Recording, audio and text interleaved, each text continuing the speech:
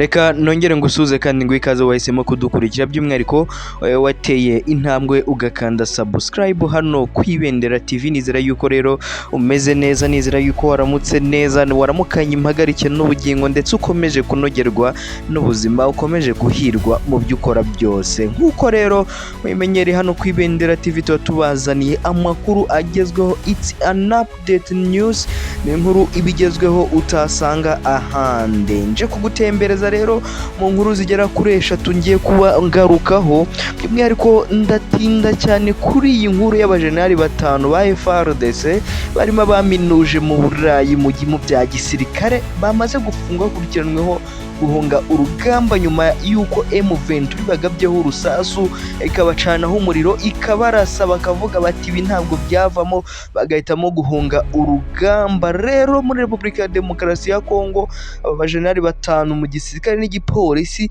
batangiye kuburanishwa guhera kuri uyu wa kane imbere y'urukiko rukuru rwa gisirikare Kinshasa, bakaba bari kuzira guhunga izi nyeshyamba za M23 ubwo zafataga umujyi wa Goma mu burasirazuba bw'iki gihugu ku itariki 27 Mutarama ukwezi umwaka nyine turimo 2025. Iyi nkuru rero ndayimanuka nkubwire ntabo bajenerali ni bande, barazi kuzira iki, ese bundi bakoze ibiki bihambaye bituma batitiza umujyi, kuko Repubulika ya Demokarasi ya Kongo yagiye iburanisha abandi basirikare bakomeye, ariko abangaba nibo batitije umujyi kuko nabateye ubwoba na Perezida Tshisekedi nawe ahita atekereza kujya mu bintu by'imishyikirano na M23 kuko yabonye ko n'abajenerali yari yize nabo bagize ubwoba bagahabuka bageze imbere ya M23. Ndaza kukubwira kandi iyi nkuru ivuga yuko u Rwanda narwo rumaze kwishyira mu mwambaro wa Thomas wo muri Bibiliya. Uti rero bimeze bite? Ndabizi ntabwo byumvise, ntabwo wumvise impamvu rwishyize muri uyu mwambaro, gusa bazi Bibiliya neza. Reka mbakopeze nkubwire yuko Thomas wo muri Bibiliya baramubwiye ati Yezu yazutse. Yezu ati bati reka ntabwo yazutse, umuntu wapfuye ndeba, bati yazutse. Noneho baranamumuzanira, amubonye ati reka ati ntabwo ari wowe, ati zana turebe mu biganza turebe ko harimo inkovu. Yemeye ari uko abonye izo nkovu. U Rwanda rero uraza kumenya impamvu narwo rwishyize muri uyu mwambaro nk'uwa Thomas, nabyo turaza kubigarukaho. Ariko kandi ndaguruka cyane ngende nsoreze muri Ukraine, aho Putin amaze gutegeka ingabo ze kugaruza uduce twose twafashwe n'ingabo za Ukraine. Ingabo za Ukraine mu minsi yashize nibwo twababwiraga yuko zamaze kugenda zigara uduce dutandukanye zidukuyemo ingabo za z'Uburusiya, ariko Putin amaze gutangaza, amaze kubomora, amaze kurekura umuriro yuko izi ngabo nyine zigomba guhita z'Uburusiya zigomba guhita zigenda zigaturumbura Ukraine mu duce yafashe. Ayi rero niyo makuru tugiye kuza kuba tugaruka hano ku Ibendera TV. Nizera yuko wamaze gukanda subscribe, nizera yuko kandi ibintu byose wabikurikiranye, comment ugenda unagaho twizamukira twikomereza. Ubwo reka mbahe ikaze.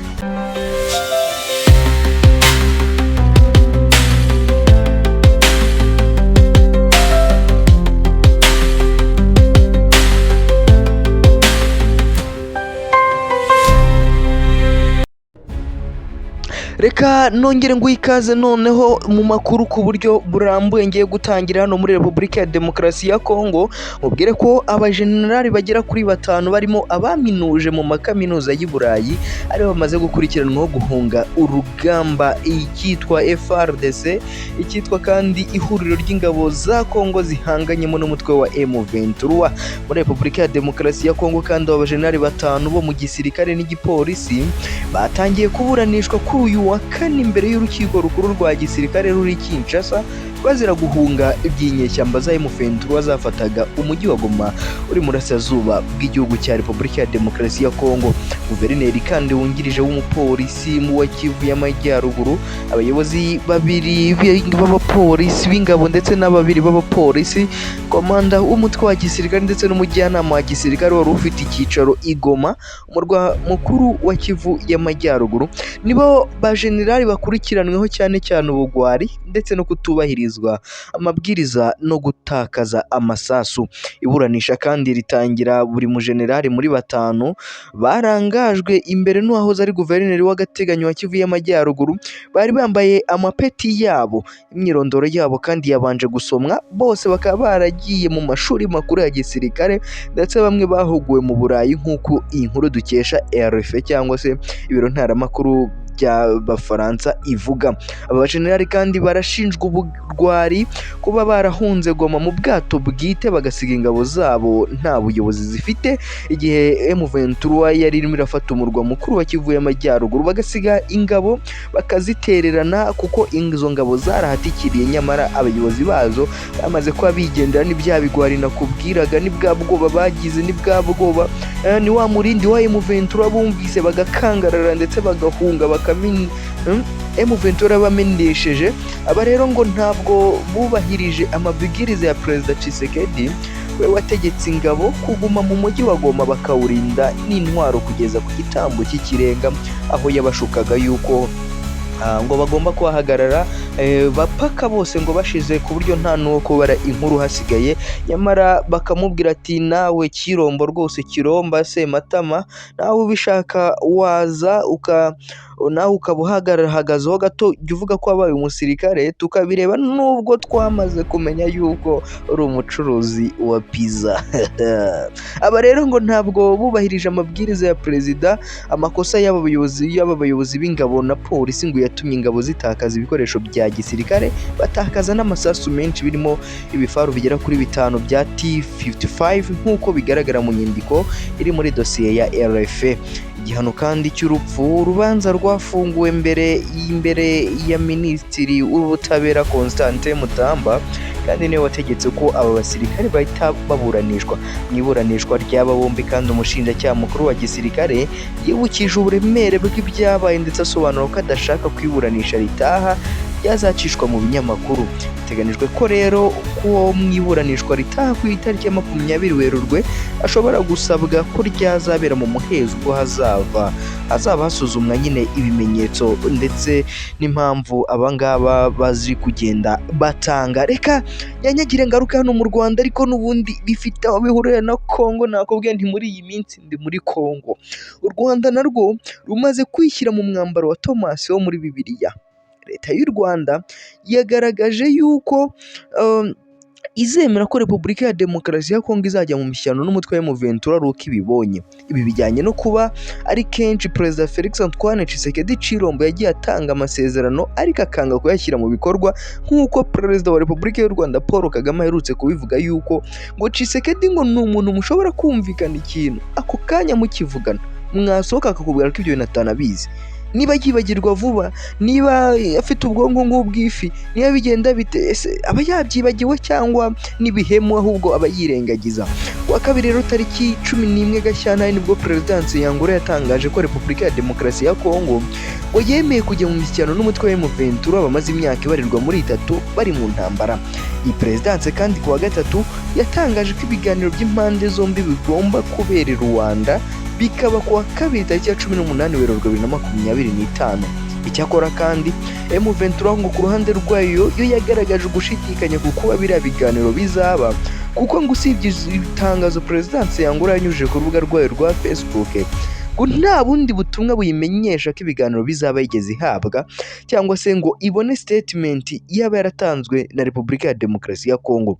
Umuvugizi w'uyu mutwe kandi Lawrence Kanyuka kuwa kane nibwo yasabye Perezida Felix Antoine Tshisekedi Chilombo ko yakwerura akemeza ko afite umuhate wo kuganira nabo bijyanye no kuba uyu mugabo n'ubutegetsi bwe barakunze kurahira ko badashobora kuganira n'umutwe w'iterabwoba, ari nacyo kiri kumutera ubwoba kikamujugumiza agatitira akagira imbeho mu nda, agatinya kuvuga kwerura ngo avuge yuko yiteguye kujya muri ibi biganiro. Usibye M23 kandi Leta y'u Rwanda nayo biciye muri Minisitiri w'Ububanyi n'Amahanga imaze kwishyira mu mwambaro wa Thomas wo muri Bibiliya, kuko yabwiye ko Yezu Kristo yagarutse, nibyo natangiye nkubwira, maze avuga ko azabyibonera mwiboneye n'amaso ye. Ivuga ko rero Leta y'u Rwanda nayo izemera ko ibya biriya biganiro ari uko izemera bya biriya biganiro nyine ari uko bibaye. Kavuga yuko kuko niba bazi inkuru ya Thomas we na Yezu yaraje aravuga ati uyu ntabwo ari we, tiza ibiganza byawe turebe inkovu, utege imbavu turebe inkovu. Nibwo yabonye kubyemera. Minisitiri Olivier Nduhungira binyujije ku rubuga rwe rwa X yagize ati imishyikirano yari imaze igihe itegerejwe hagati ya guverinoma ya Kongo na M23 ejo hashize yatangajwe na perezida wa Angola. Icyakora amateka avuga twigishije ko perezida Tshisekedi yakunze kutubahiriza imihigo nk'iyo yagendaga aha abayobozi b'amahanga. Ku bw'ibyo twese tugomba kuba ba Mutagatifu Tomasi tukemera uko tubonye. Minisitiri Olivier Nduhungire icyakora yavuze ko uyu mwaka wa 2025 utanga icyizere cy'uko Uburasirazuba bwa Repubulika ya Demokarasi ya Kongo ushobora kugera ku mahoro arambye. Ni nyuma y'uko umuryango wa SADC ku wa kane nawe utangaje gushyize iherezo ku butumwa bw'ingabo zawo zari zimaze igihe zirwana ku ruhande rwa leta ya Kongo, ndetse ukanemeza ko zigomba gutangira gucyurwa mu byiciro bigiye bitandukanye, aho zigomba gucurwa igitaraganya zitarashirira ku icumu, kuko M23 nta mikino ifite. Yarabihanangirije avuga ati mutaye musubire mu bihugu byanyu, mutureke twebwe turi kurwanira uburenganzira bwacu. Ati mwebwe SADC, wowe mu Zimbabwe, wowe muri South Africa, uri burarwanira iki kwano nta so nta nyoko uhari? Ariko nyine banze kubyemera. M23 rero ibadudubizaho urusasu. Umukuru rero wa diplomasi y'u Rwanda kandi yagaragaje ko kuri ubu u Rwanda n'u Burundi nabyo biri mu nzira zo gucubya umwuka mubi wari umaze igihe nyine hagati yabyo, ni nyuma y'intambwe ikomeje guterwa n'abayobozi b'impande zombi. Ku bwa Minisitiri Nduhungire kandi bikenewe byose kugira ngo igisubizo cya politiki ku makimbirane yo mu Burasirazuba bwa Kongo ngo birahari, mu gihe i Kinshasa haba hagaragaye ukwizera, ubushake bwa politiki ndetse no kumva ibintu kimwe. U Rwanda kandi rwasabye amahanga gushyigikira inzira y'ibiganiro biyobowe n'Abanyafurika, aho gufata ingamba z'ibihano za politiki ndetse n'ingamba z'ibindi z'ibihano z'ubukungu nyine mu rwego rwo kwirinda kubangamira ibiganiro. Avuga ko we kubwe ashyigikiye ndetse na guverinoma y'u Rwanda idahwema kugaragaza yuko.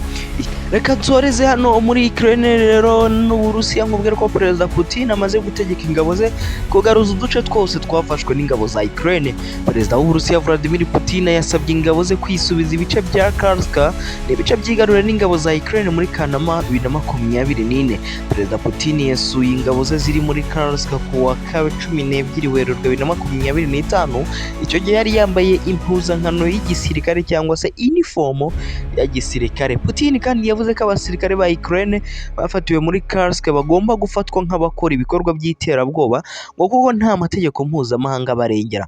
Atakazi dufite mu gihe gito gishoboka ni ugutsinda umwanzi winjiye mu gace ka Kursk akaba akirwanira aha, kubohora burundu agace ka Kursk ndetse no gusubiza ku murongo ibikorwa by'umupaka. Perezida kandi Putin yavuze ko nibamara kwisubiza utwo duce bazahita bashyiraho umurongo ntarengwa ku mupaka. Ubuyobozi bw'ingabo kandi bukaba bwabwiye Putin ko bumaze kwambura ingabo za Ukraine ibice bingana na 46% by'aho zari zarigaruriye muri Ukraine. Ku rundi ruhande ariko ingabo za Ukraine zo zatangaje ko zatakaje agace ka Suza ndetse intambara ikaba igikomeje. Uburusiya buvuga ko igihe Ukraine yafata Kursk yari izi ko nyine bizatuma bureka gukomeza kurwana bukayoboka ibiganiro, ariko bikaba byaranze. Amerika kandi imaze iminsi itangaje ko yasubukuye inkunga y'igisirikare n'ubutasi Ukraine ndetse ikabasabye ko hashyirwaho agahenge k'iminsi 30. Uburusiya nabwo kuri ubu Uburusiya ndetse na Vladimir Putin ngo bategereje ndetse bari kwiga no ku byavuye mu biganiro hagati ya Amerika na Ukraine, banategereje amakuru arambuye bagomba guhabwa na Amerika ndetse na Perezida Donald Trump watangaje yuko agomba kujya mu biganiro paka birangiye, agashyira iherezo kuri ibi biganiro n'umwuka mubi ututumba ku mpande zombi, haba Ukraine ndetse n'Uburusiya. Nshuti bakunzi bacu rero, reka mbashimire uburyo twabanye muri aya makuru yaragezweho, mbifuriza gukomeza kugira ibihe byiza, bifuriza kugira impagarike n'ubugingo no kunogerwa n'amakuru tugenda tubategurira, ariko by'umwihariko mujye mutera comment, wibuke kandi kureba ko wakanze subscribe kugira ngo tujye tubana mu makuru yacu agiye atandukanye aba agezweho.